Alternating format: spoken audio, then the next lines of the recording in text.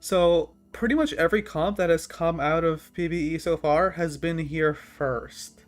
I don't think, apart from some Rise variations, every time I see a new comp, it is something that I've already had. With that, I think what I'm going to do is I'm going to talk about all the comps in set 16 so far that we have as of now, day 4 PvE. Okay, so I have them here. This is on this document. This document, I posted it on Reddit. You can access it here, this website, TFTtheory.com. It is where I'm gonna keep all my updated stuff, and in the website form, just so you can like search it through Google and you'll find it, and you just have access to the doc, and yeah, and it's a PowerPoint, but like, yeah, everything for set 16 will be here. Everything that's, like I said, everything that's come out from set 16 has been here first. I hope to keep it that way. I'm pretty good at finding things before others, but if not, I don't feel bad just sharing what someone else has found. But yeah, for now, anything that, like, even if it's not meta, it'll be here. Because, like, I plan to include everything. I also have, like, ARAM Mayhem stuff. If you want to do that. But yeah, I'm gonna go through every comp so far, and there's a lot of variations. Yeah, so we'll just get into that now. Okay, start off with this really shittily cut out version of Bilgewater. This is the level 8 version. This one is not as good as, like, I think Reroll is. I think Gangplank is a bit better than MF is right now. But yeah, the whole core of Bilgewater is you are farming these, like, look. You're farming Silver Serpents, and with that you have access to a shop which you can buy stuff. This includes, like, stat upgrades, you can buy copies of some of the units. You can also buy these special items, these Bilgewater items. And they're pretty good. They're, like, a bit better than normal items, kind of, but they also have, like, a bit of utility. They're kind of, like, in between a normal item and an artifact, I would say. But yeah, the level 8 version, you're just gonna play 7 Bilgewater. You play Graves MF for Gunslinger. You play Nautilus plus a Warden. Plus, like you play Nautilus and then activate both of his traits. Being, like, a Juggernaut and a Warden. This can be like Ornn or something. And yeah, your main carry for the most part is gonna be Fizz. Fizz is a lot stronger than MF, I think. Fizz just wants AP items, some healing. He plays like Akali from set 15, but he's a little different. Like, he takes a little longer on each time. Like, when he dashes, he'll actually most likely kill them on the spots, rather than, like, Akali, who might dash away and then, like, have to come back to it later. Yeah. The other thing is, okay. So yeah, Fizz, low mana cost, but when he casts, he empowers his auto attack, so, like, he's not, like, casting super often. But with that cast, he's likely to kill whatever he targets, and yeah, he dashes within 4 hexes, so it's the same positioning as Akali. Your dual carry is MF. She is kind of weird. She's, I don't know if she's like a caster or if she's like a marksman, because she kind of plays both, but she's not really good at either. Like, she's labeled as an attack caster, so I would assume you would want to build, like, Trojan. But she also has this Ricochet passive, so, like, I don't actually know. Either way, the stats on her aren't very good. But yeah, basically what she does is she rains bullets on enemies, and then after a certain amount of casts, she increases the amount of waves that she fires. So she ramps up over the course of a fight, and it can hit more and more enemies on each cast. The last new unit that's worth, like, mentioning is Tahm Kench. He is kind of the chase thing for this comp. So Tahm Kench is unlocked by spending 500 Silver Serpents, which means you pretty much have to play the vertical to unlock him, because it's hard to get enough Silver Serpents to get Tahm Kench in a reasonable amount of time. Tahm Kench is the same as set 6 Tahm Kench, so he has the Glutton trait, which means you can feed him, and like you feed him units, and you can give him permanent stats. The units that you feed him give like stats depending on what class they are and their star level. So this version you can only get health, attack speed, and AP, whereas in set 6 you could get their stuff like armor, magic resist, whatever. But yeah. So you're sacrificing gold to give Tahm Kench permanent stats. Tahm Kench's casts, they just do a lot of single target damage, and yeah, they also have a chance to drop loot if they kill the target. So he's really good to stack. Uh, if you get him early enough, he can be really, really strong. He just wants stuff that scales, so he's gonna have a lot of health and a lot of AP if you feed him properly. So you want to give him stuff that scales off of that. You want him healing, you want protection, you want a little bit of damage amp. You can go crit if you want, because if you with all the AP you have, the crit will do well as well. But he's gonna be your third carry after your Fizz and MF. Next we have level like Yordle Vagar, but like this is the Fast 8 version. Uh, so I'm doing all like the level 8 comps before I do all the rerolls, so yeah, that's why we're doing this version. To unlock Vagar, you need to field a unit with 2 death caps, which means you need to somehow acquire 4 rods in your game. But if you do, you can play this. Like normally you'll know whether you can play it at the start of the game if you get something like replication rods, or like if you get like most of them early, then you can consider playing this. But this one's good because you have a lot of internal synergies with traits, and then you also have like a Yordle. What it does is it gives you these like loot.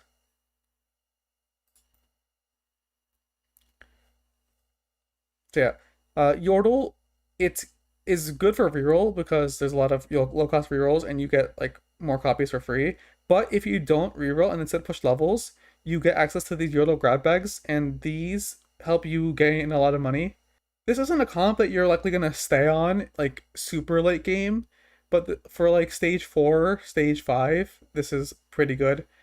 This Vagar is very similar to the summon Vagar from set 6 or from Pengu's party, where he just rains the meteors on a bunch of different enemies. He also has a passive that gives him more AP from all sources, so you can give him the death caps that you get, or you can kind of spread them wherever. He also gets permanent AP on kill, so if you get him early, he can ramp up a decent amount between like the permanent stacking AP and the bonus like AP multiplier. He can do quite a bit. Another thing is that with all the attack speed you get from the Yordle traits, because of all the copies of Yordles you have, his best items is probably gonna be some combination of like this, and you can maybe consider like a second Trojan. But he has a lot of free attack speed, so you can get him casting more. And then similar to that previous comp, Fizz is a good dual carry. He kind of contests similar items, so you have to be a little wary of that. This comp lacks a good tank, so I mean the best thing you can hope for is Kennen. I think he's fine. Ideally, you can play your game around unlocking Silas. Silas is a 7 cost that you unlock by selling a copy of J42, Lux and Garen 2 at some point in your game. You don't have to do it all at the same time. Which means you have to acquire Garen 2 and Lux 2. Which is why having the Yordle loot helps a lot. Because Silas, I don't know, Silas is just really good. So he has 3 spells that he can cycle through. One is a J4 stun, one is a Garen execute, and one is a Lux laser. And yeah, he can do a lot of damage if you unlock him. Next we have 4 Bruiser, 4 Gunslinger. This is like just a good synergy comp that I have here, so that's what I'm doing here. A lot of this stuff, it just fits together. This is a comp built around MF, and you play around Gunslinger. Unfortunately, Gunslinger is not very strong, but in a balanced state where Gunslinger is good, this is better. I have like an attack speed MF just because, like I said, I'm not really sure, which is like neither of them are good. So yeah, that's it. Can be a little hard to unlock Tahm Kench. You're gonna be playing 5 Bilgewater for most of the game. You can still get to him. It just will take a little bit longer. You want to have a lot of your early items onto Grave so that he can get to kill, so he can farm you the Silver Serpents. But yeah, if Gunslinger is a little stronger, I can see this comp being a bit more viable. Next we have 7 Demacia. Uh, so this is a interesting comp in the sense that I think people are not playing around one of the strongest parts of this comp, which is the fact that Galio does a lot of damage. Uh, just okay, the standard Demacia core, you play 7 Demacia, you play around Garen Lux, a bunch of other Demacia units, and then you play like supporting like frontline units. So you play Ornn for Warden, you play Swain for Arcanist and Juggernaut. You can play Ziggs, just whatever. So Galio, what's interesting about him is that he doesn't take up a slot on your board. Instead, you play him on your bench. So you have an extra unit, which is why on this board you have 10 units. But what he does is he, like passively, he does a lot of magic damage in an AoE every third attack, scaling with his magic resistance. And then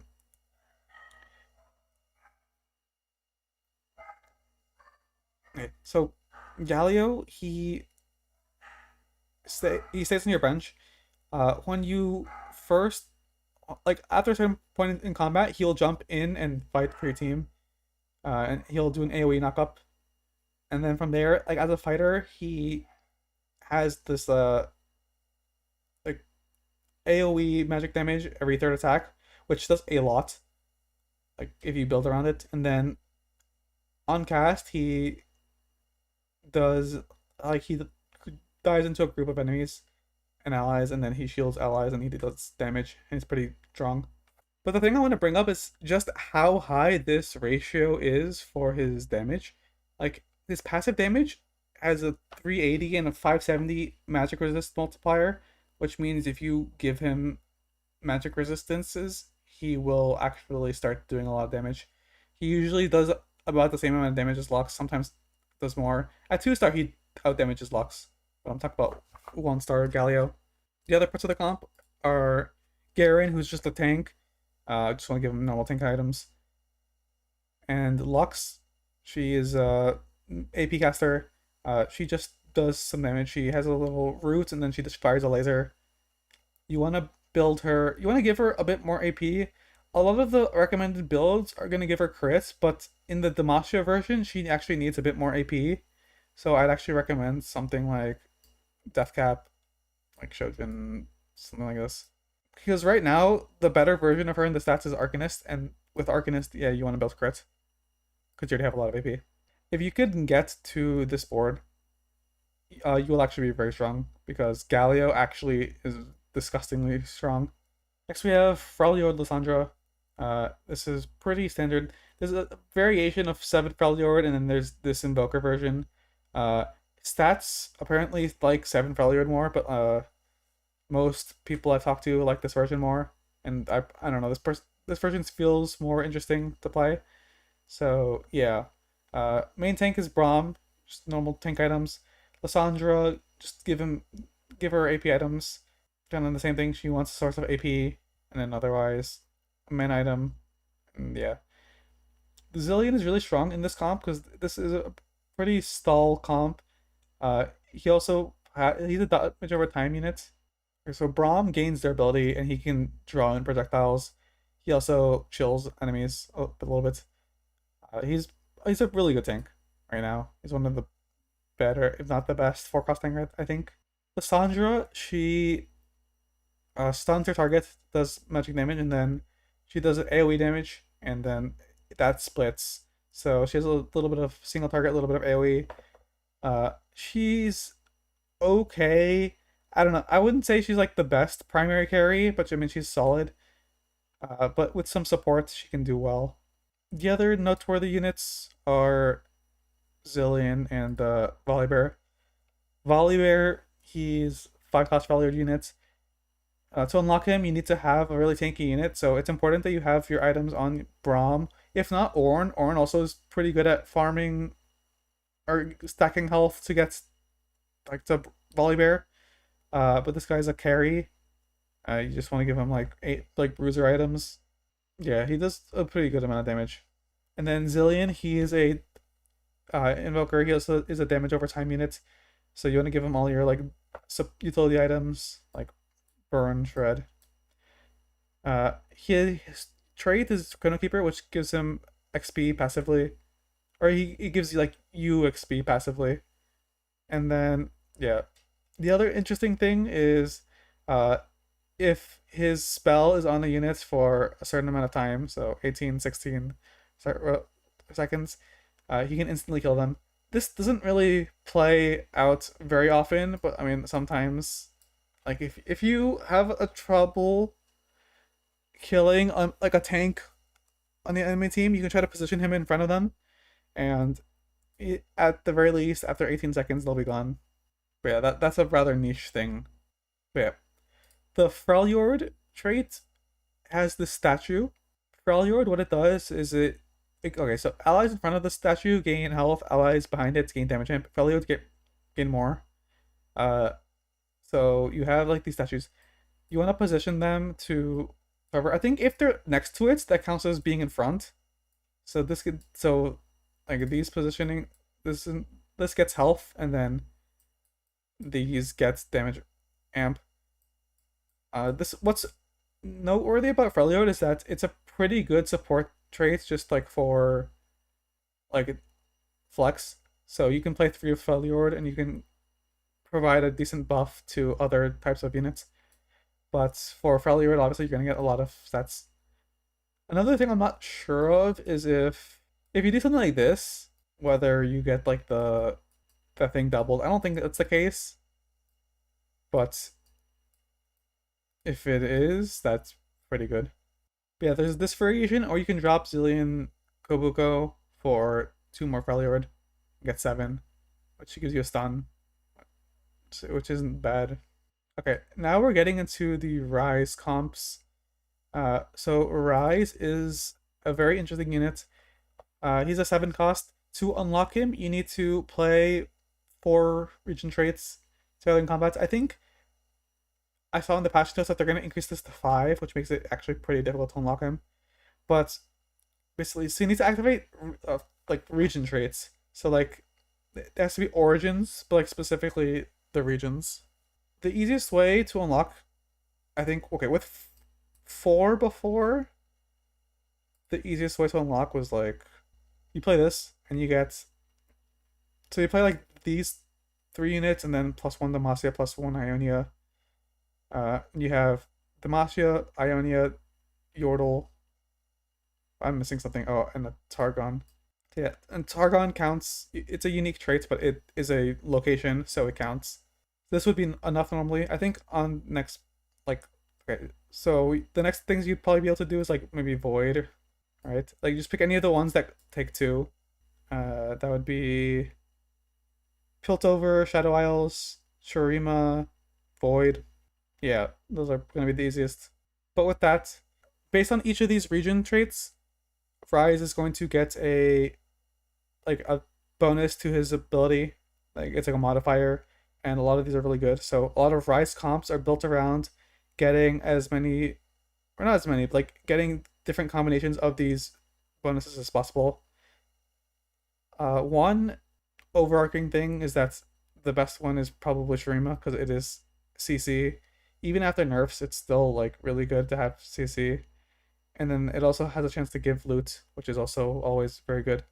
So this is a variation of 2 different comps.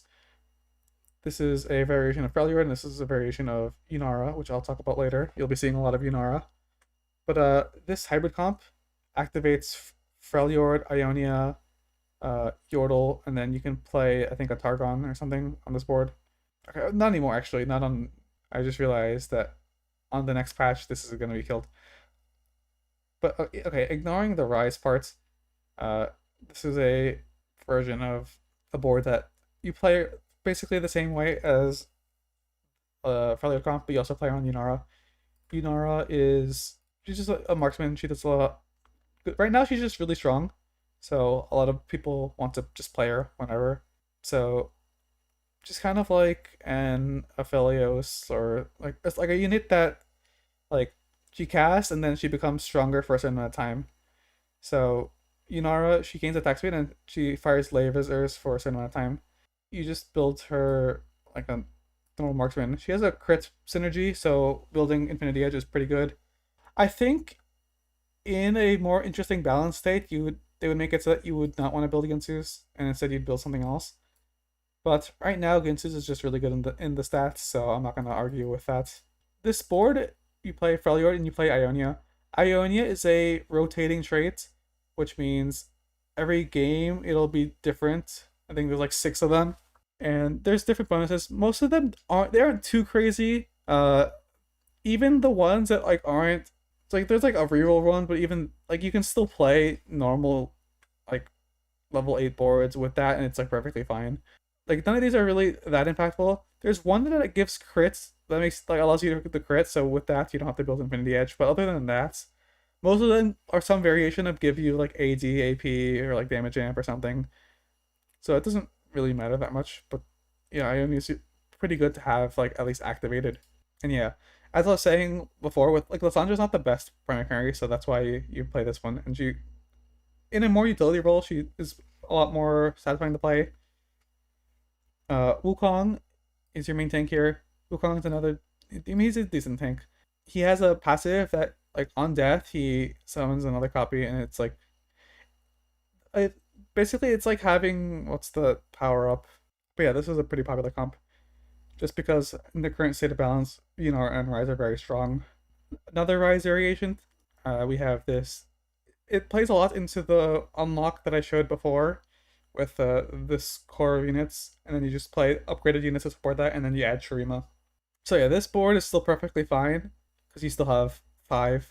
Your main carry is Rise. I guess I didn't talk about what the actual bonuses are, but yeah, the best ones are Shurima for the reason I said before. I think Damasha is also probably the next best one, just because it procs more often than it needs to be, or like it's very easy for enemies to get in that range, and Rise also hits a lot of enemies, so it's pretty much like a guaranteed execute. Other regions in this board, you have Ionia, which gives you more blasts, so it's more opportunities to execute, more knock-up opportunities. You have Targon, which heals, which is pretty nice. Like, for just one unit that you can fit, and usually being like another frontliner, it's pretty nice to have. And then Yordle, which actually counts. It says Yordle. I mean, it's like that's technically Bandle City. That's the region, but I mean Yordle. It's like, I mean, it's the same thing. This reduces damage, which also is pretty impactful, I think, especially in the melee boards. That can be really annoying. This in combination. Okay, so on the previous board with Freljord, you have that, and you have a chill. So the Freljord bonus chills, so you can really cripple melee boards with Rise. Post nerfs, I don't know how strong this is, but this, I mean, at the very least, this version of Rise will still be intact. And then secondary carries Azir. Azir he's a Shurima unit. He's what unlocks all the other Shurima units. He's pretty good. He has these Stance Filters, which is more frontline, and then as a unit, I mean, he does a good amount of damage. You give him attack speed and AP, and he does a lot of damage. He summons soldiers and they can move around, and it's the same as Zir as like most sets. Like it's the most common version of Zir, like the one that people think of. So yeah, he's pretty good. He's a good secondary carry here. And then Xerath is one of the units that you can unlock through Azir. It doesn't really matter which one that you get. Xerath is probably the best one in this spot because you want more backline. But if you get any of the other ones, it's fine. Yeah, so Nasus, you need to lose. Renekton, you need to win. And then Xerath, you need to alternate. And yeah, Nasus is just a tank. Renekton is like a damage dealer. And then Xerath is a caster. Xerath also has this trait, which gives you access to charms. Which it's just like set 12 Xerath. Like they appear in your shop, and you can get them, and they buff you in combat. Other variations of Rise that might be killed by the new patch. Noxus Void Rise. This is a variation of Noxus Rise, but I think this one's a little bit better, because like even though you're playing more low-cost units, the overall board quality isn't actually much worse because you're playing better supporting traits. So, like, I know there's another version that plays like Swain, Shyvana, which, I mean, they're better units, But this version, you play Bruiser Defender, which are two supportive traits. They both give like team-wide buffs. You also fit in Void. Oh, you also fit Arcanist here in this board, which gives you AP, which also helps a lot. I think what's carrying this version being similar power to the other one is the fact that Scion is really, really strong. I took a look at Scion. He gains permanent max health on takedown. If you get him stacking early from the beginning of the game, he can have a lot of health. So for a 2 cost, he just provides way more value than he needs to. It's very similar to Garen in set 15, where if you get him stacking early, he can be as good as like a 2-star 4 cost tank. And this Scion is like exactly the same. Like if you get him stacking early, he's basically a 2-star 4 cost, and he's pretty good. Like very simple. So yeah, the synergies to note for Rise. Okay, the other thing to talk about is that in order to get access to Rift Herald, you need to be playing Void early.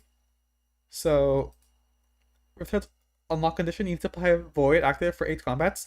So usually early game, you're just gonna be playing this. Like you're gonna have this Void Core, Kog'Maw, Cho'Gath, and then like Briar for Nox. Like, so it's usually perfectly reasonable to play around that, but you need to make sure you have that, because otherwise Rift Herald is another like pretty good unit.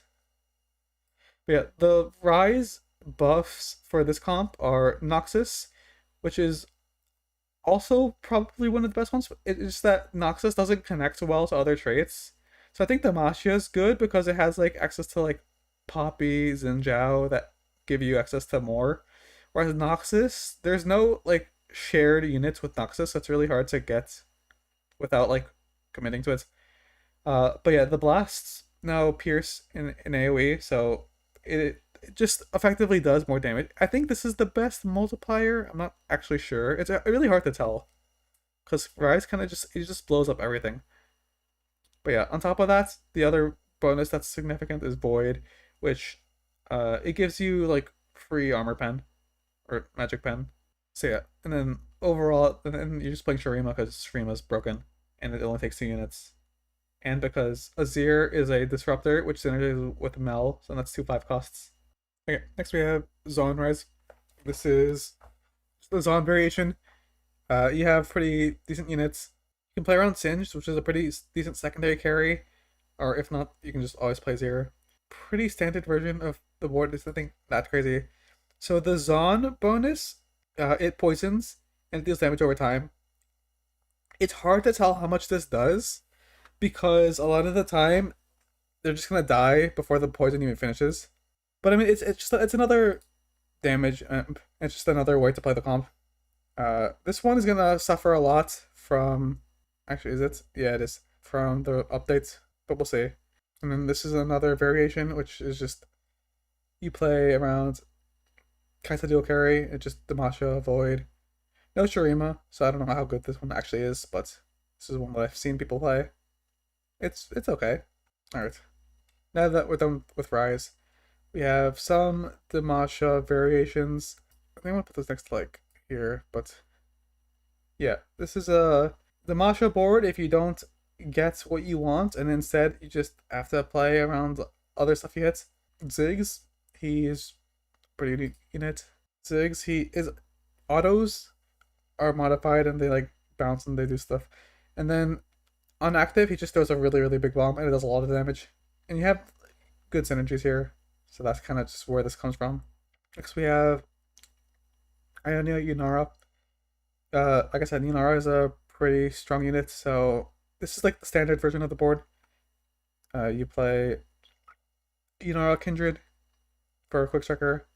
You play Sound Ionia. Ornn is a 5 cost you can fit. Set is just a 5 cost Ionia unit. So let's talk about Kindred and let's talk about Set. Set to unlock, you need to solo frontline a unit for 1 combat, and then you'll get access to Set.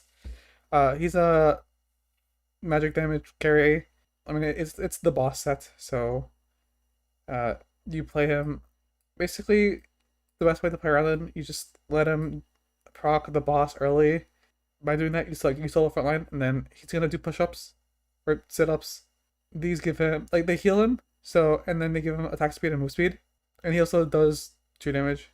So basically, like he's gonna restart combat after doing his setups, and then he's gonna do true damage, and that's the main thing. He does a lot of damage. His spell is an AoE slam. Like so he grabs the target, and then he slams them into the rest of the enemy team. The other unit is Kindred. Kindred, quick striker for Yunara. She has this. This eternal strike doesn't really do much, right? Yeah, okay. It gives her. It just gives her more damage, but the main thing is she is a marksman, and she has her Kindred ult, which can prevent death in a pretty large AoE. It's a 2x AoE, so this is the range. So you can place her here with your Yunara, and she'll be protected. And yeah, you can give her whatever leftover AD items. She also wants attack speed items, so if she kind of like contests Yunara, like she wants the same kinds of items here, but it's fine. Another Yunara variation is to play with Misfortune. Uh, there might be some balance state where this is viable, but yeah, you just play on both Yunara and MF. And you have synergies here, and it works out pretty okay. Next we have 9 Void. So to play Void, okay, so the main unlock is Rift Herald and Baron. To unlock Baron, you just need to have the other units, and you need to be level 10, which is pretty hard to get to. But if you were to play around that, then, your spot's pretty good. So the basic board, you just play all the Void units. Rift Herald is your tank. Kaisa is your main damage dealer. I think I like the AP version of Kaisa. I think it's a bit stronger. That one likes attack speed and like AP. Belveth will carry the same items as Baron, so you can put like these items on Belveth. Like it's the same kind of thing. And then 7 Void, and then your last unit is just a supporting unit, so you can have Volibear, Swain, Aatrox, just an extra unit. I guess if you have to be level 10, you're gonna play like some combination of these units. Actually, no, you're not, because Baron takes up 2 slots. But yeah, I wouldn't advise playing around this because it's really hard to get to, and you're not super stable in the mid game. But if you have the means to teleport to level 10, then this could be an okay option. Okay, now we have a Shurima comp. This is just you play Shurima and you play a bunch of other units. This is not the best way to play Asol. This is just one of the versions. I think Asol has he's a better version of the comp. Also, these items are not wrong, but that's they're not right, but that's just because we found out how to play Asol. But obviously, I'm not gonna know that before the set is launched, right? And I made most of these comps before PB was even up. Another Shurima variation. This one plays around Noxus. This is a better Azir comp, I would say. You have a bit more stable frontline. You have some carries. We talked about what Azir does. Xerath, we talked about what he does. It's the same Xerath as like always. Like, he Xerath ults and he fire blasts at different enemies. Okay, so this is the Asol variation that actually is to be played. So yeah, I think this Freljord version is really good. You get Invoker, which helps Asol cast more. You get Freljord, which buffs his damage and has more frontline. Oh yeah, I think the best tank is actually Leona. If you can get Leona 3, she's really, really, really good. If not, like if it's just Leona 2, it's about the same as like Targ and Braum. They're both like pretty good. Diana's a really good duo carry. Diana, to unlock, you need to put items on Leona. And in order to unlock Assault, you need to have all the your other Targons. So that's why you have items on Leona in the first place. But yeah, let's just take a look at what all of these units do. Okay, so Leona, she passively reduces incoming damage, and then her active is an AoE stun that also burns. So she'll call sunbeams on 3 enemies, stun and burn them. So it's free anti-heal, it's free CC. Yeah, and she's just very... She can be really tanky. Like I said, Leona 3, like, she reduces 80, and if you give her like some AP, or like a Crown Guard, if you're gonna be more like realistic, she can negate a lot of champions. Next we have Taric, passively gives some magic resist, and then he also has this like kind of buffer at 35% health where he gets really tanky. It's like kind of like Diamond Hands, but like not really, because it's only 90% durability instead of 100. His spell is just pretty generic. He gives a shield to himself and then some the two allies. Diana, I would say the best way to describe Diana is like quite literally set 15 Akali. Like the current Akali is pretty much Diana, except this Diana also gets a shield. Otherwise, it's like the exact same spell. Uh, I think people haven't realized that this Diana is really really good. I think people should play around her more. And then lastly, we have Ornn. Ornn is pretty interesting. He's a warden, so it connects with Braum. He has the blacksmith trait, which kind of carries him as a unit. So passively, he like gains stacks, and then at 4 stacks, he can forge an artifact. So you can just get a free artifact for just like for having him in combat at like for 4 rounds. The other part of his trait is that he gets health for item he has equipped, and artifacts give him more. So if you get a good tank artifact, Ornn becomes really really tanky. Even not like even regular items, like you if you give him 3 items, he'll have 600 bonus health at 1 star. At 2 star, he'll have a free like 1200 HP. And then with artifacts, if he has 3 artifacts equipped, he'll have a free 3600 HP, which is really really good. Ornn himself isn't like that good. Like he's very carried by his trait. He has AoE chill, and that's it. But you would think that this is like crowd control, but it's not, and it doesn't do that much damage. But it's pretty decent utility, and there's a lot of synergies with chill in this set. Uh, a lot of the Freljord units have chill, or they get bonuses based on chill. So Ornn is really really good to play with Freljord, which you are doing in this comp. Okay, the star of this show though for this comp is Asol. Uh, he passively gains stacks from hitting enemies. You can get more stacks from having more Targons equipped. Like it's just a multiplier.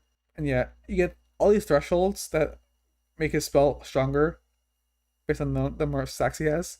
Noteworthy ones I would say are 175, which is the knockup. And then you have 600, which I think is going to get nerfed to 700. But this calls down a meteor shower, and that is a lot of damage. So his spell, for the most part, is AoE, but this gives him some single target damage.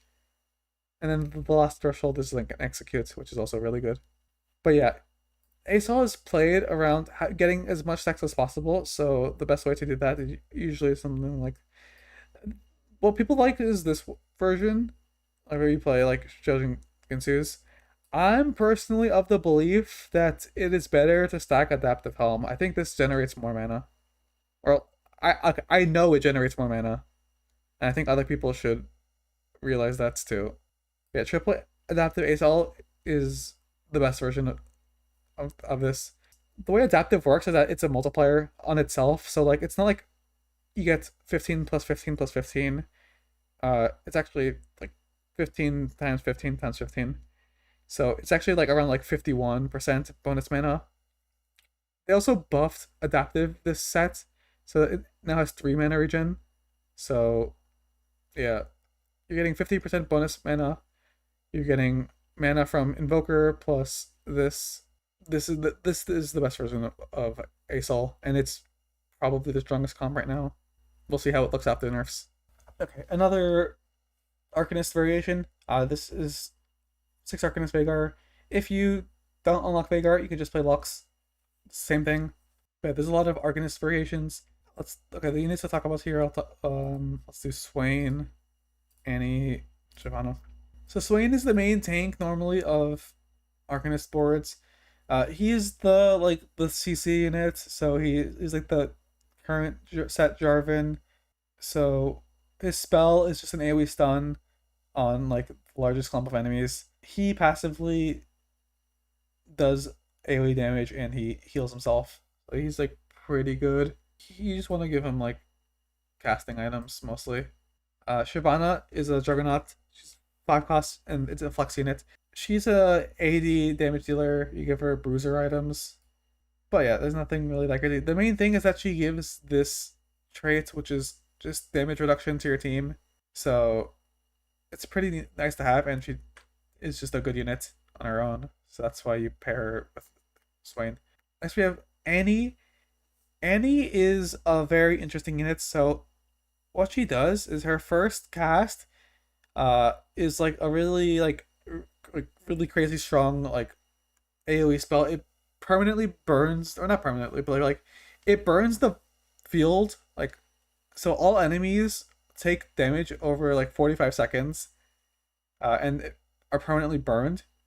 And then afterwards, she becomes like a low mana cost caster. So she's really good with like Void Staff. She can apply pretty much permanent shred.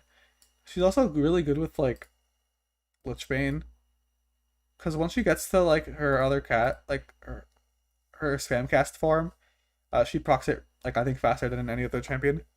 She also provides Tibbers. Uh, Tibbers, what he does, he's just an extra unit. He scales with any star level, but he's just a straight up separate unit. He takes up a slot, so like he just is a unit. So you get the 2-for-1, but it's not like it's a free unit. It's like it's a 2-for-1. And you also don't have to play Tibbers. You can leave him on your bench if you don't have the space for it. But he's a pretty good tank.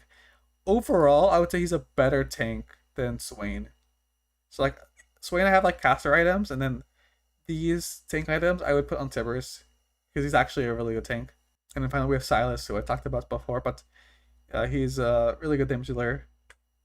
For some reason, he's really good with Gunblade. I don't really know why, but he just does enough damage to support. Lux variation, same thing.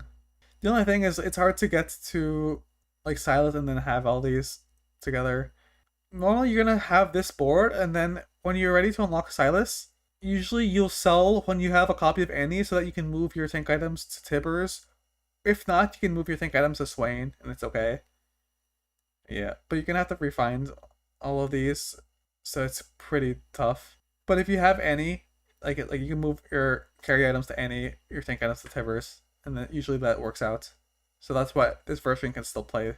Now we're playing into Arcanist being a bit of a supportive trait unit, because Arcanist is just AP, but it provides a team buff, like a pretty good one. So this one, like you get 40 AP to your team, so that it can enable some other carries. So something like Lulu, or not like Lizillian, it works because he just gets free AP, and then you can bring in some other stuff to help out. Another Yunara comp. This is a quick striker variation. You play into Zon. I guess this is more of a Warwick comp, but I still think the main carry is Yunara. And even Singed is probably a bit more relevant than Warwick. But yeah, you play around Zon. Zon is like Chemtech from set 6, pretty much. After 4 seconds, you gain durability and decaying attack speed. And there's different conditions to have it proc, and you can have a heal. I don't know, it's kind of weird, but it's like, I don't know, it's not really worth thinking about. For this comp, you need to unlock Warwick. To do so, you need a 2-star Jinx and a 2-star Vi. It's not that hard, because you're gonna have Jinx hold items for Yunara. So that's it. Like, once you have that, you're good to go.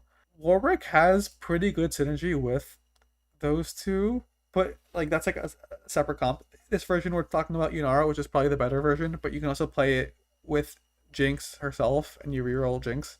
But yeah, so Warwick, he casts once and he gets a permanent buff. He gets attack speed, omnivamp speed, on hit damage, and then he also has this like Jinx passive effect where like on takedown you get attack speed for a short amount of time, which also is applied to Jinx and Vi. And while Vi isn't that much of a damage dealer, Jinx is. So yeah, that's where that comes from. And then yeah, like we have Singed. I didn't talk about it before, I guess, with the Zon Rise board, but Singed, he just walks around and he spreads poison. He's really good with like burns, and yeah, that's about it. He's a good amount of damage. To unlock him, you just need to have 4 Zon active, or 4 Juggernauts, but like in this case it's gonna be Zon, and then take 30 damage. So once you're at 70 health, then you will be able to unlock him. Next we have Bruiser Scion. This is a pretty funny comp because it plays into the fact that Scion's actually really good if you get him stacking. So doing so, like you don't even have to commit to reroll. If you could just get a bunch of copies early, like you just push levels and then you hold on to every Scion you can, and if you 3-star him, that's pretty good. But otherwise, you're gonna get more health from stacking than you are from like the level up. And I think the best version of this flex board plays around Inara Sandra. So that's why you want to push levels. But there are reroll variations where you just play Scion with like other like two cost backliners. Where yeah, you're getting as much HP as possible, and he gets the permanent flat HP, so it works out. Uh, this backline fits well because you get Freljord with Ash Lysandra, and you get Quick Striker, which activates Ionia. So it's a pretty good combo. Another version, or you're instead playing around for like Invoker. Yeah, you still get your Freljord with Anivia, but then you play Zillion, which also it fits this comp well because this is like a stall frontline. However, you are a little bit reliant on Lysandra to do more of the damage. Zillion can be useful, but it's not guaranteed. Okay, we have Disruptor Seraphine. Okay, this isn't the best version of the board. I'm gonna put this next to, where's the other one? Alright, so this is a board that I found early on. Disruptor Singed. You pair, like, the other Disruptors fits well with, okay, well, it doesn't show, but this is a 4 Disruptor comp. You play Singed as your Mal +1, which, like, it works out. So this is a spat comp. I think people don't realize that this like it kind of needs the disruptor emblem. If not, you just have to play another units, but you don't really have the space for that. Like you'd have to sack Agadarius, but that's like a pretty relevant part of your board because he gives you access to Otacon and he gives you Defender. But yeah, we talked about Singe, we talked about Azir. I guess we'll talk about Mel. Mel, to unlock, you need to have a Ambessa die. I got 2-star Ambessa. Mel, her spell is pretty complicated because she has these orbs, and they follow enemies, and they just like I mean, it says they drain mana, but it barely does anything. They just do a little bit of damage, and then the main thing that she does is just her main cast, which is just a big explosion. Like that's all it is. The rest you don't really have to think about it, but after like draining, she technically can give you a random radiant item. However, this is not something you actively gonna be thinking about. So like if it procs, you can be happy. I mean that's it. But yeah, you're playing around good energies, and I think the main thing people don't realize that this is an emblem comp. The other disruptor comp is like not like it's I think significantly worse and harder to play around. But it's the same core, but you're playing around. You have Shadow Isles. It's kind of the only way to get a decent disruptor. I mean, I guess you can try to play around like Malzahar plus like a void of some kind, but that's not that good. But I mean, this isn't that much better. But yeah, in this version, you're playing more on Seraphine. Seraphine's a bit weird. So she's a low mana cost, but like every 4 casts, she has like a big spell. So Seraphine, she does a little bit of single target damage, and it like ramps up after each cast, and then after 4 casts, she fires a wave, and then she also like expends all her notes. So I mean, she's okay. Okay, let's go back to okay. Now speaking of Shadow Isles, we have Callista. This one's pretty niche because I think Shadow Isles is like really annoying mentally to play around, but yeah. So to unlock all the Shadow Isles units, you need to start with having items on Viego. To unlock Yorick, which is to activate the trait, you have to fill the 2-star Viego with items. Then when you have these two, you have Shadow Isles active. And what this does is this generates souls, and a lot of the all the Shadow Isle units, his abilities are scaling with souls. So it's pretty important that if you want to play this, you need to activate this as early as possible. So you need to get items on Viego as early as possible. But yeah, this is tempo version. There's a reroll version, but like you'd only play that with augments, I think. I think otherwise it's like too awkward because Viego doesn't have good synergies with other units. There's no other 1 cost that you'd want to reroll with them. So that's like, yeah. So this is the level 8 version. You play around Callista. She's a caster. To unlock Callista, well, the same as unlock all the other ones. You just need a certain soul requirement. So Gwen has a 20 soul requirement. Callista is 75. Thresh is 150. To get souls, it's just whenever any enemy dies while Shadow Isles is activated.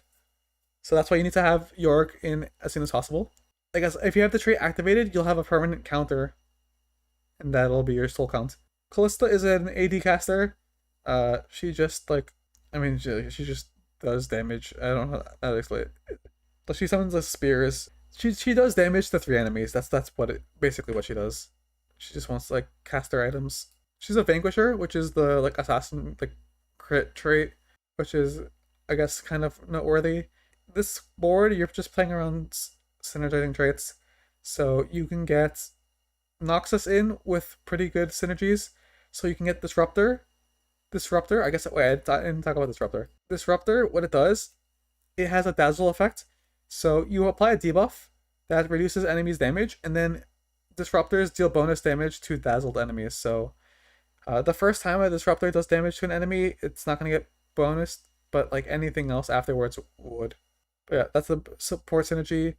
Quick Striker, it's an attack speed synergy, but it has a team wide buff on activation, so 15% attack speed to your team. And yeah, Noxus with Ambessa, you get Otacon, which is another unit, and that's the main core. And then your last thing is a Warden, main tank. Braum is pretty good just because he's a 4 cost. If you can get to Ornn, that also works. But yeah, this one's, if you can get to it, it's pretty good. It's just annoying to get to. Next we have Slayer. This one's like kind of awkward because it's all melee units. I think I'd only play this with a spat. But yeah, this isn't one that I'm like super fond of myself. But I mean, I've seen people play and they say it's good. So, and I've seen it do well. But this is just a stat stick. It's just a bunch of melee carries. Aatrox, Bel'Veth are well, the two most relevant units. Bel'Veth, she just is an auto attacker. You don't have to think about anything else. She's just an auto attacker. She ramps up a little bit.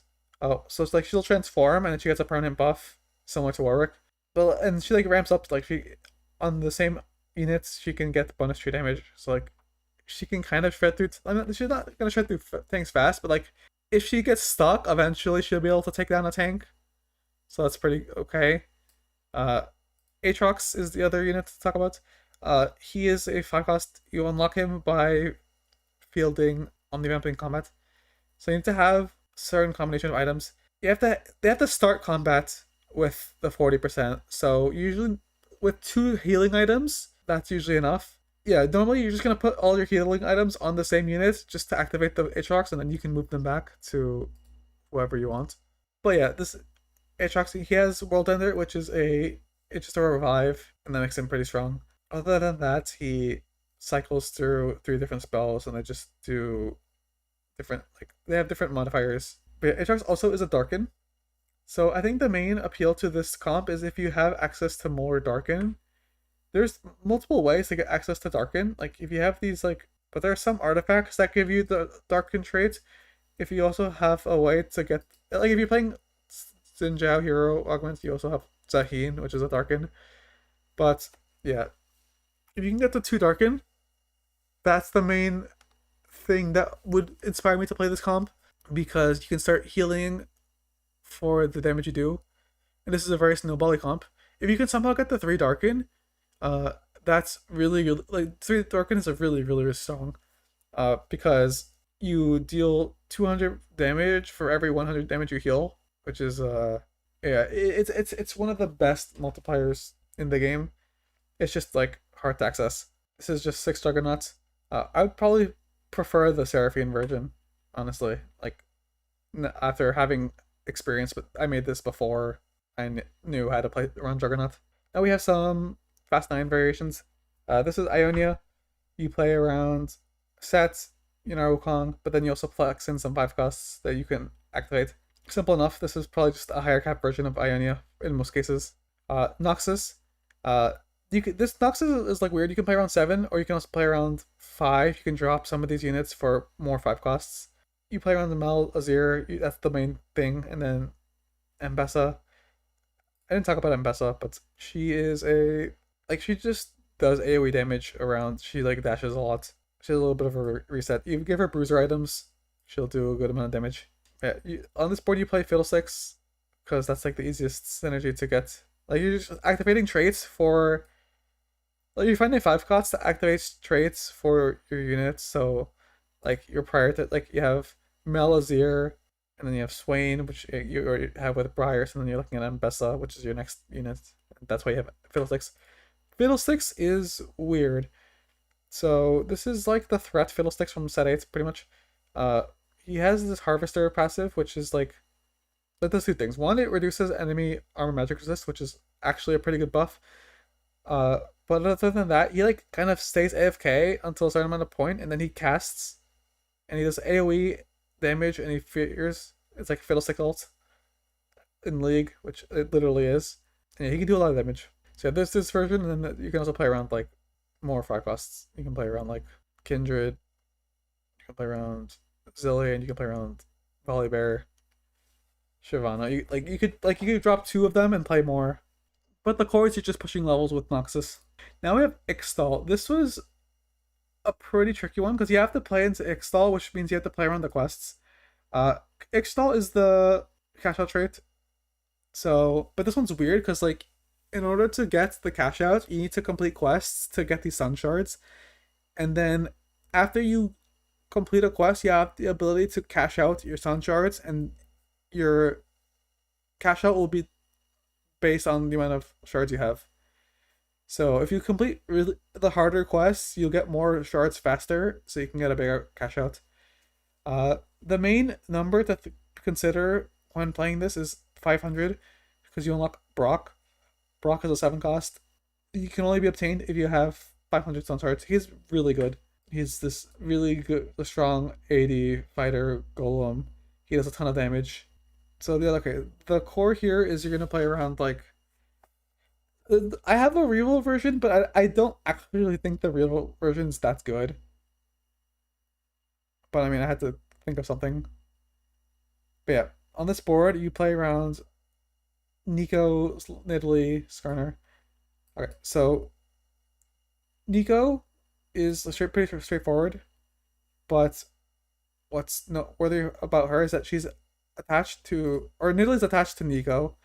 To unlock Nidalee, you need to field two-star Nikos in combat together, and then afterwards, Nidalee is she's based on this Nico. So she has the Huntress trait, which means when your strongest Nico's alive, Nidalee can't be targeted. So basically, you want to keep this Nico alive so that Nidalee starts just stays alive. With that, you don't have to build any healing on Nidalee. You can just go pure damage.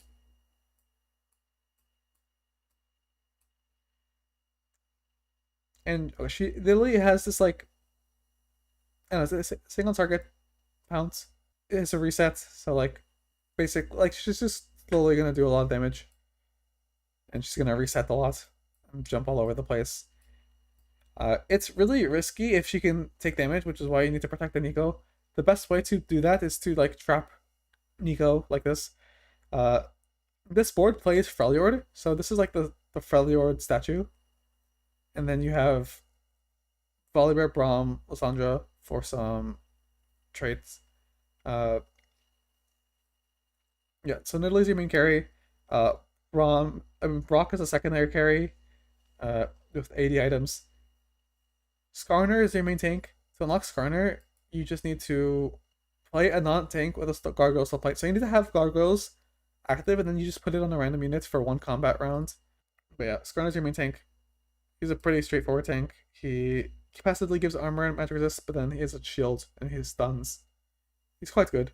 He's a very good flexible tank. Next we have Longshot Kaisa. This is just the Longshot board that I found. I tried to make work around Kaisa. I don't know if it's the best version, but yeah. Just play on Kaisa Ziggs, which are just the 2 highest cost Longshots. You have this nice like 4/4 spread, so I kind of like went with that. But yeah, pretty thin front line. You have Defender. Because you have 4 Defender activated here, that's why I have Kennen here. Swain is just here for literally just Arcanist. I mean, he's a good unit for like crowd control and stuff. But yeah, this version you're playing around 80 Kaisa just because Ziggs is an AP damage dealer. So it's good to have like damage mix. Also, because you also have Salus on this board, and Salus is another AP damage dealer. Yeah, Longshot is just sniper. To unlock Kaisa, you need to field a long shot with 3 items in combat and be level 8. So once you level 8, you're probably gonna have items on one of these two already, so you'll already be perfectly fine. And then Ziggs, it's like the same thing, where you need to have 3 items on a Yordle or a Zon Knight. So pretty much, if you have items on Teemo on level 8, you'll have access to Kaisa, and then if you go level 9 and you still have items on Teemo, you'll have access to Ziggs. So pretty much, you're probably going to put your Kaisa items on the Kog'Maw and your Ziggs items on Teemo early on. And with that, you don't have to think about unlocking them. Your main tank is Kennen just because with Defender active and Yordle active, he's probably tankier than Swain. Also, we have Piltover. This is a adaptation I made, so it's 6 Piltover. Okay, first of all, what Piltover is, it after 8 seconds, you have access to these modules, and these modules buff your team. The first module is like a team-wide buff, and then 4 and 6 are for like Piltover specific buffs. So basically, if you're playing around vertical Piltover, yeah, this comp is like not that good, but you're playing around Seraphine TX. The main like star of the show is the TX, and there's a lot of interesting stuff you can do with it. So the TX you can unlock by having 9 star levels of Piltover, which means you just need to have all the other Piltovers pretty much. This TX has a mech system where you can feed someone to him, and then he gains their stats and a bonus. Now, looking at these bonuses, the best one by far is the Assassin bonus. However, accessing the Assassin bonus is quite difficult. Most people playing around Piltover will just sack their Vi for the Fighter bonus, which is pretty good, I would say. But if you have the means to sacrifice an Assassin, which there aren't that many of, but that's how you can add the most damage to your TX. Because like just a 2-star Assassin, that gives you 60% crit, which will take you to 120% crit, which will give you 10% crit damage, like plus 100% crit chance. So it's a better modifier than any of the other ones. And then if you're feeding a 3-star Briar, that's 120% crit chance, which is another 30% more crit damage. However, this also means you have to play a Briar slash. Alright, so the assassins that you can pick from are like this. I think these are like the only assassins. So I mean, there's like an argument as to whether a Briar 3 is better than like a Diana 2. Probably those are probably the best options. Yeah, but apart from that, you're playing 6 Piltover, you're playing around Seraphine, and then Azir for Disruptor, and then some more frontline. Azir also provides soldiers, so that's more frontline, and then you play Ornn for Warden, which is another frontline unit to play. I think it's better than activating Gunslinger, because Gunslinger doesn't do that much for the TX. The standard... Okay, so if you don't feed the Briar, and if you feed like the Vi, you can play Gunslinger, and you'd play around Lucian Senna, which is a better carry, like honestly. Yeah, this is like the standard Piltover board, but that means you have to have items on this as well. Between the two versions, where you were feeding the nuts. Also, I have the Sunfire doesn't work. I tried it. It doesn't work, unfortunately. Okay, now for reroll comps. Starting with Yordle, Tristana, and Teemo. You're basically rerolling all the Yordles. The most important ones being the 2 costs, but I mean, you kind of want to try to hit everything. Your main carry is Tristana. She's just the most consistent DPS. Teemo will hold like Morello and then some other random AP items. Main tank is going to be Poppy. Sometimes you can go Kennen if you have enough copies early, but usually like Poppy's the one that you hit, so she's going to be more tanky. If you hit Veigar, you can play Veigar. If not, you can just play Lulu or Fizz. Yeah, this one's pretty straightforward.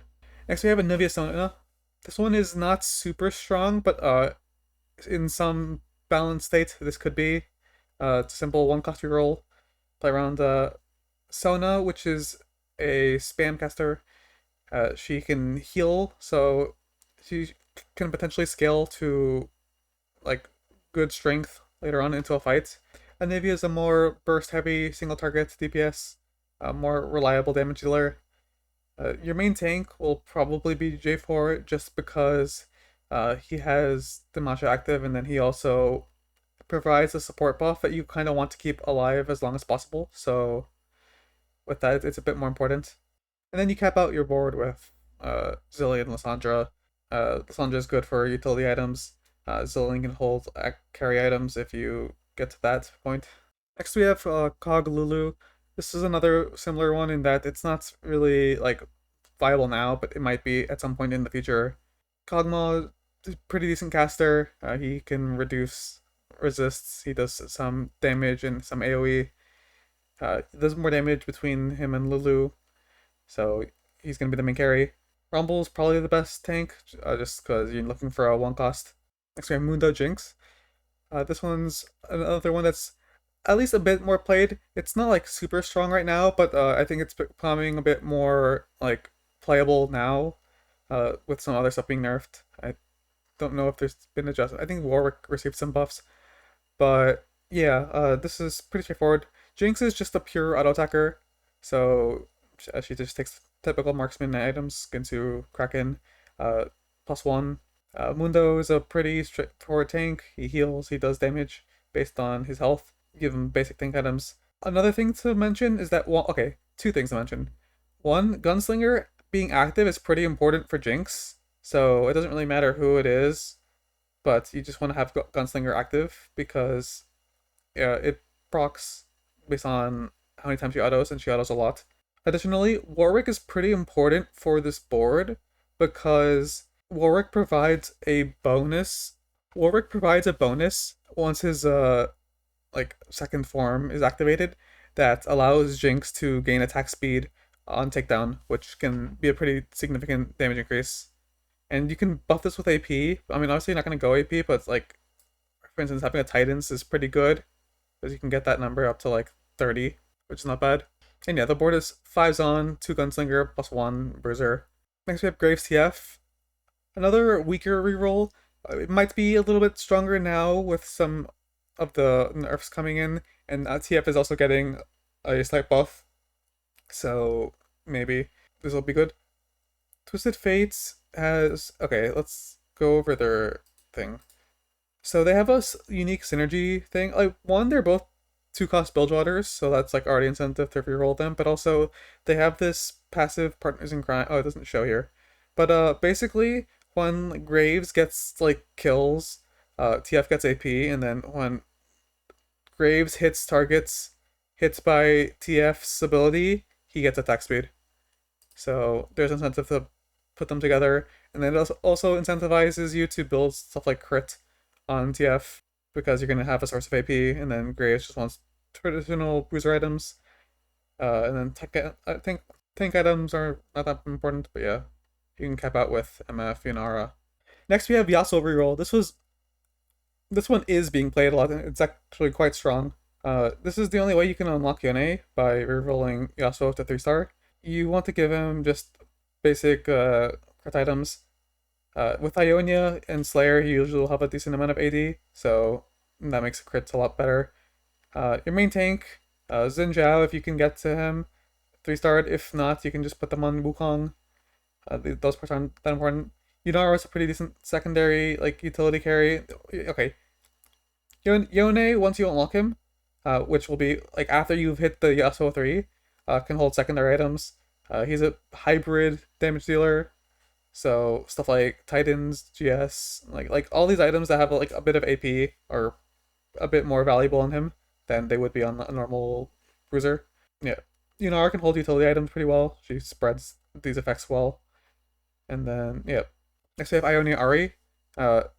Similar, a little bit less common, but it's decently playable, I would say. You reroll Kennen Ari, get some Arcanist in. With this Demacia core, you can get like Garen Lux, and Zhao, and that helps connect traits a little bit. And yeah, you can duo carry either Yunara or Set or Lux. Next we have Loris Gwen. This one is one that's been coming up a bit recently. Gwen is proven to be decent. She's a little inconsistent, but she can do good, like, carrying if she just randomly pops up in a fight. This board connects traits pretty well. You play Shadow Isles, and then eventually you'll drop the Viego, and then in favor of better units. You play Seraphine Loris for Piltover. You also get Warden, which synergizes with your other Shadow Isles. Callisto is your duo carry. She holds just 80 caster items. Gwen wants like, I don't know. Stats say crit's good. She just wants some AP damage, some healing, and yeah. And Thresh can hold utility items because he has this big AOE that damage over time that like can be pretty effective. Yeah, this one is decently strong right now. Not like quite top tier, but maybe in the upcoming PB patches, this will be a bit more played. Another variation is with Void, where you duo Gwen Malzahar. This one kind of depends on what Void mutations you have access to, but you have some decent frontline capabilities. You have decent damage dealers. You have a pretty okay cap potential with Belveth Aatrox, though after Aatrox nerfs, maybe that's not as appealing. Yeah. Whether you'd play this one over the other Gwen reroll probably depends on the Void mutations, if they're good for Malzahar plus whoever your tank is. Next we have Orianna Nico. This is just a comp I found to be the best way to play Orianna. You have to go out of your way to unlock Orianna on this board by building some Piltover units and then cutting them for this. It's okay. If you hit early enough, you can stabilize pretty well once you like get to Brock. But yeah, the main thing is just to have something else to roll with Nico while you're gonna play around like Nidalee Brock. And if you just don't hit, you can just go and play a regular Brock board. He's a very strong unit. Next we have Briar Kiana, another one cost reroll. This one might be a little harder to make work because it's dual melee carry, and then they also recently nerfed Briar. So while already limited in, yeah, this is a simple enough board. You can transition into stronger stuff later. Honestly, this is more if you just have a bunch of copies of either Briar or Kiana early, and then you can pivot into like a Belveth Aatrox comp. Next we have Targon. This is just a more reroll centric comp around Zoe and Leona. Not too different from the normal Targon board, except you're playing a little bit of Arcanist just to give Zoe a little bit more help. Next we have Noxus reroll. This one can be pretty good if you have like a strong Noxus start. Draven falls off a little bit later on, but for like stages 2, 3, 4, he can be quite strong. For the most part, you want to play as much Noxus as possible, and then eventually splash in some 5 costs that support your traits, like Kindred. Main tank is Darius. Like Darius is a tank, he's not a damage dealer, and Draven just wants marksman items. Next we have LeBlanc Melio reroll. This is another 3-cost reroll. Not super prevalent, but it could be a bit more valuable, especially because like out of Ixtal, there's a cash out that gives you a bunch of duplicators, and this is a pretty decent way to make it work. If you're not gonna play a Brock board, it just kind of depends on how fortunate you are with the Ixtal quests. Next we have Vayne Leona. This is the way I found to make Vayne work. You play with Leona main tank, just because you need a flexible enough 3-cost, and Leona's a really good tank. Very similar to the other comps. Vayne is a Ginsu's user. She just it auto attacks. Her cast is just empowered auto attack that does 2 damage, and she also can dash sometimes. You can dual carry Diana or Kaisa depending on who you have items for. Diana plays very similarly to Akali in set 15. Only instead of being invulnerable, she gets a shield. But she synergizes really well with Leona because she can dash to more targets based on who Leona hits. So that makes Diana pretty scary as a backline threat. And then when you have a strong like frontline single target DPS like Vayne, the comp plays better than it should be. This is one that's actually pretty decently strong in the current meta, even though it's not really being played very much. Next we have Aphelios Bard Scion reroll. This is one that I was a pioneer of very early on. It took a while for people to realize that this Scion unit is broken and that this Bard unit is also kind of broken. And then Aphelios is just something else you can reroll because you're going to be rerolling on 6 with 4 Bruiser plus Bard plus 1. You might as well reroll another AD unit that's a 2 cost that also isn't really trait dependent. Scion's really good because he can gain a ton of health from his stacks. Though after nerfs, I'm not quite sure how strong he's going to be, because his ratios are being nerfed pretty heavily. I'm not was Bard touched? I don't really remember, but Philios was untouched. This is like an okay board. I mean, they obviously want the meta to be a bit more 4 cost, 5 cost centric than to be reroll heavy, but at least on like the time of this recording, this was one of the prevalent reroll comps. We'll see how it plays out for the rest of PvE. Next we have Ash Tryndamere. This is one similar to TF Graves, where they have a built-in synergy together. It works out okay. This comp is like, it's decently strong, but it's not like super high contention for like winning out lobbies. You can maybe like get a third or a fourth somewhat reliably. Ash is a pretty straightforward marksman. Like, she's a caster, but like with her synergy with Tryndamere gives her reason to play like a marksman. Yeah, okay, it doesn't say here. But Ash gets like ramping like attack modifier when Tryndamere like gets a kill or something. Like she gets arrows that like fire on her auto attacks, and then Tryndamere, he gets, I think he just gets stats. He gets like AZ or like something. But yeah, I'd say this is best played if you start the game with like an Ash 2 or something with a good item. The board you reroll on is going to be like 3 Filiord plus a Quick Striker. Eventually you can cap around some decent 5 costs. If you play it around like Shadow Isles opener, because Viego is pretty strong early, you can play Yorick, you can eventually end up with Thresh, and Thresh is like a pretty decent utility unit. Or he's a holder of utility items, and he's another Warden, which you can play with this kind of front line. If not, just whatever other units you can fit on your board. You can also unlock Aatrox by giving Tryndamere 2 healing items. Like, you can temporarily move Gunblade onto Tryndamere to unlock the Aatrox once you're high enough level to do so. Next we have Gangplank reroll. This is the not Bilgewater version. This pure Bilgewater version. This is the more like horizontal one. You play a little bit into Vanquisher, you play some Noxus, yeah, you activate some more traits. And yeah, this one's pretty good. Gangplank has been pretty strong throughout the meta. If you are unable to get Bilgewater early, like if you are unable to get, it's kind of up in the air whether you can just play this board from the start or you pivot from the other vertical Bilgewater board and into this one. It kind of just depends on what you get from Bilgewater, how like whether like you actually want to play some of the other units or not. I'll go to the Bilgewater board now. This is just Bilgewater. You're rerolling Gangplank Nautilus, trying to get as much of the Bilgewater like loot as possible. Like if you get, it depends on what Bilgewater items you have access to, because if you have something that's like more suited for like MF, then maybe you want to stay on this board. If not, if you get good Gangplank items, pivot to this board. Next we have Rek'Sai reroll. This is a unit that's pretty hard to make work. She's pretty awkward to reroll because her traits don't really fit very well. It's hard to get a lot of Vanquisher in, a lot of Void in as a 2 cost.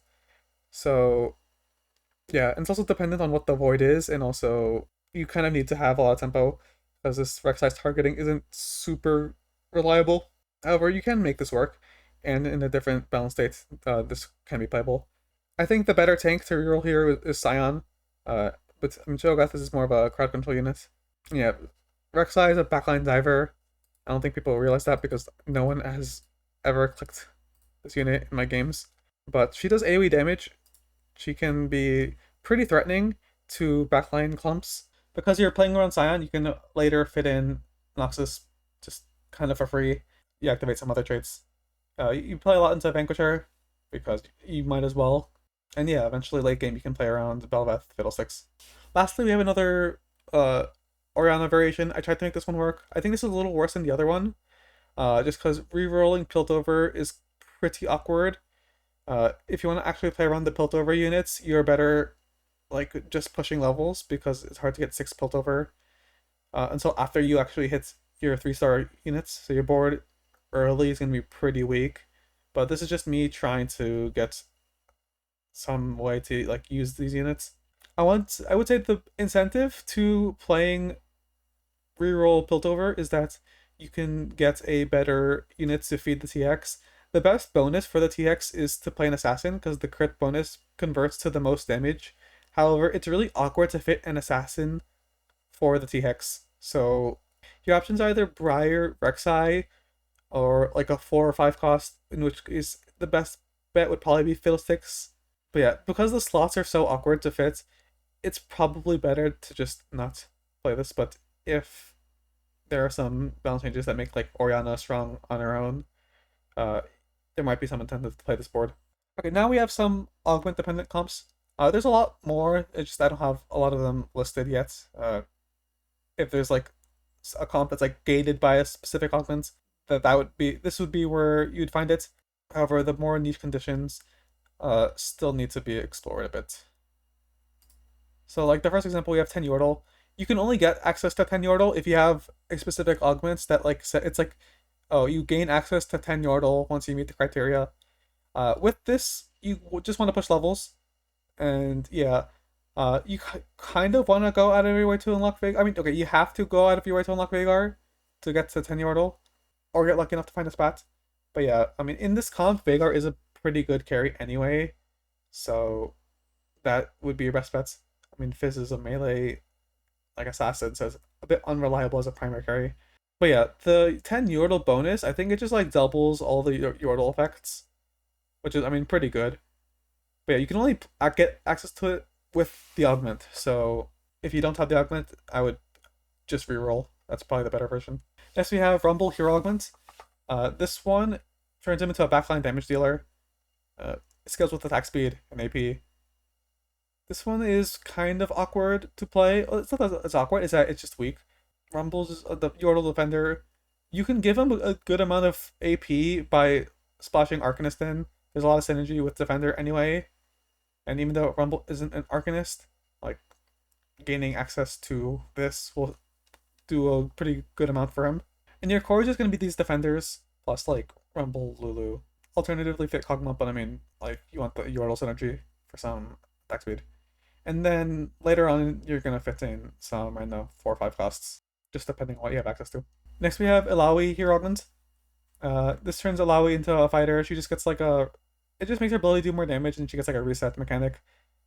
This one you just want to try to get as many copies as Illaoi as possible.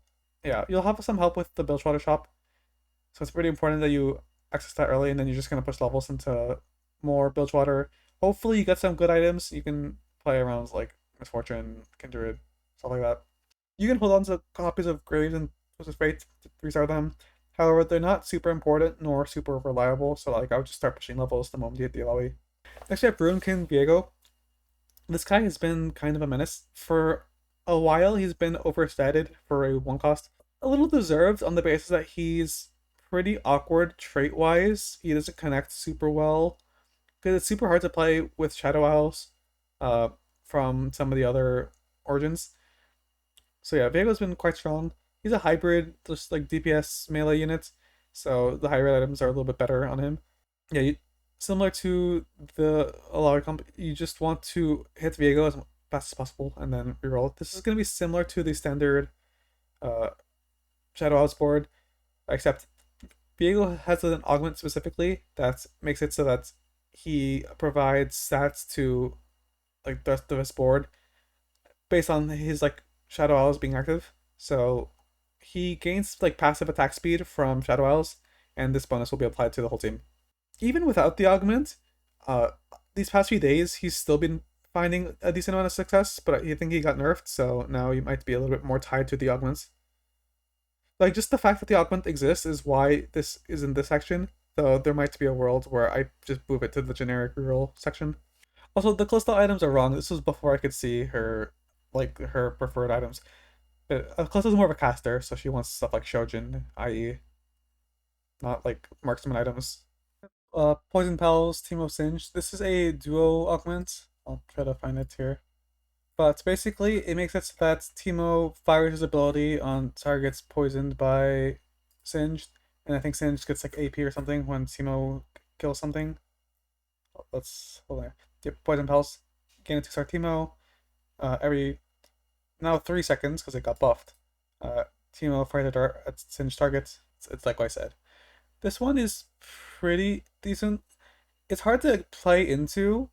You kind of just need to be playing a Singed board, or you're like you're gonna have to get lucky with the spot that you're in, because it's awkward to like fit like so you can't plan around this. It's a duo one. So yeah, but if you have the items for it, if you have some copies of Teemo, like it can work out okay. If you have Time Winders Echo Zillion, this is another duo one. You get an early copy of Zillion, and yeah, this is incentive to play around Echo Reroll. Echo Reroll.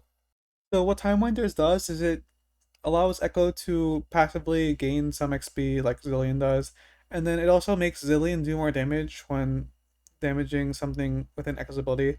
So this is more of a modifier to Zillion, uh, but you're gonna gain an early copy of Zillion, so you're gonna be farming XP a lot. As a result, you're not gonna have to level at all, really. You kind of just want to reroll. Ideally, you can get Echo 3 pretty early on. That way, you actually have an Echo that will last a fair amount of time. It doesn't really matter if he does a lot of damage, it's just he needs to last longer to make Zillion do more damage. But yeah, the other part is that you just have an early copy of Zillion, which can do a lot. Because like I said, he has his Chrono Keeper trait, which gives a lot of passive XP, so you can get to Fast 9 pretty easily. And then to connect some traits, you can do so pretty easily. This is probably not the best way to do it. This is just what I put together from the planner. But you can probably play around like some more high cost units than these. Next we have Trials of Twilight Zenjiao, which is the hero augment. Basically the hero it makes Zenjiao into a carry, but after 5 rounds he turns into Zahin, which is I think is he 7 cost or is he a 5 cost? Yeah, he's a 7 cost. He's a pretty strong unit. And yeah, the best way to play, I mean, you want to just try to activate Zenjiao's traits. Zamasha core is a bit easier to play around, so it's gonna be a bit more important to have that. But yeah, late game you can play around Zahin, Aatrox, still carry. You get some good items. Galio, hold item. Galio can be pretty decent with some magic resist items as a damage dealer. Now we have some Bronze for Life boards. I put these together a while ago. I have some feedback providing some boards. I looked at them. These are not the same boards, but I did take a bit from them to make them. So this is the Kaisa board. Yeah, so the goal with Bronze for Life boards is try to fit as many high cost units as possible, and then to try to have some decent like traits. This one doesn't have that many, but we do have a lot of high costs. We have Arcanist, Noxus, which have some utility. Disruptor has a bit of utility as well. The rest of these are kind of more selfish, but that's okay. Yeah, but Kaisa fits well here, mostly because Kog'Maw is a pair. It actually complements this pretty well. Swain, main tank. Seraphine can hold utility items. Mel can duo carry. Aatrox can also duo carry. But yeah, just the fact that this can hold a decent amount of 5 cost is what makes this board more appealing. There are some other Bronze for Life boards that are pretty okay. So we have another one. This one is Seraphine Fizz. This is just another one that connects a bunch of traits. A couple more. Actually, we don't have. It's about the same thing. We have this Noxus, Arcanist, Disruptor, Core, just because like Mel. But yeah, this is a way to fit in 9 traits, 9 units. Not much better than the other one, but I mean, it's something. If you get like these kinds of items, you might want to play with Fizz instead. Next we have Yunara. This one is a little like you play 8 traits. You can fit in more stuff though. But yeah, play around Yunara Lissandra. Garen is a decent tank in this version. And yeah, this one is just a bit different to the standard Yunara. This one just gets a couple more traits in. Just to cater more to Bronze for Life. I would say the standard Freljord Yunara board is a bit more like generally well-rounded, but if you want more traits, this is the way to do it. Now we have some Double Trouble boards. We have Double Trouble Targon. This one works okay because Targon isn't like super tied to anything, so it doesn't really matter. Like you don't have traits anyway, so if you mess up your trait activations, it's fine. So there's 2 ways to play this. One is to reroll Zoe, and then one is to not. And instead just play 2 ASOLs. It kind of depends on how many Zoes you hit. But yeah, Leona is to be rerolled regardless. Leona's really good, especially at 3-star. Another thing to mention is that Diana actually gets pretty strong with having multiple Leonas. So the way that they work is that only your strongest Leona applies the mark damage, and only the strongest Diana applies the Moonlit passive. But both Dianas can dash to every Moonlit target. So even your secondary Diana will be doing a lot of like extra damage. And then the second Leona is just because it's a good unit and it's more CC and utility. But yeah, this version is actually really underrated. And then obviously in this state, if you can get to 2 ASOLs, one's gonna be more stacked than the other, but that's okay because I mean you just have 2 ASOLs and they're working independently, but like it's just you're getting more stats for him, especially because you're gonna be giving him more like caster items anyways. He's not gonna have that much AP, so double trouble will give him some more AP. Another double trouble board that I found decent results with is Jinx. This is one that kind of plays into like it's hard to find traits that work with like trait level reductions while still being valuable and like rerollable. Jinx works because she only needs 2 Gunslinger and Zon she only needs 3 Zon. So yeah, you get a pretty decent amount of like synergy here. Uh Mundo's also pretty decent with double trouble, and then you have some other nice bonuses. Warwick's passive applies to both Jinxes. Not that you're playing so much on the second Jinx, but I mean that helps. Uh, Kabuko, you're not gonna reroll on 2 Kabukos, but later on in the board, like you can play 2 Kabukos, and that'll double buff your main Jinx. And yeah, this one is surprisingly good because this Jinx ramps up really fast, like way better than she should, just with all these other like passive synergies. But yeah, that's all I've got so far. There will be more comps and more stuff will be more updated in the future, just depending on how things go. There's gonna be so yeah, that's every comp so far. This documents will be updated over the course of the PBE and over the course of set 16. Uh, there is the best way to view this document is from my site tfttheory.com. Just so you can Google search it at any time. I also plan to stream every now and then. Uh, More so, I plan to make more videos on YouTube, and I might sprinkle some stuff onto other platforms as well, like TikTok. So yeah, stay tuned for that. Thanks everyone for watching.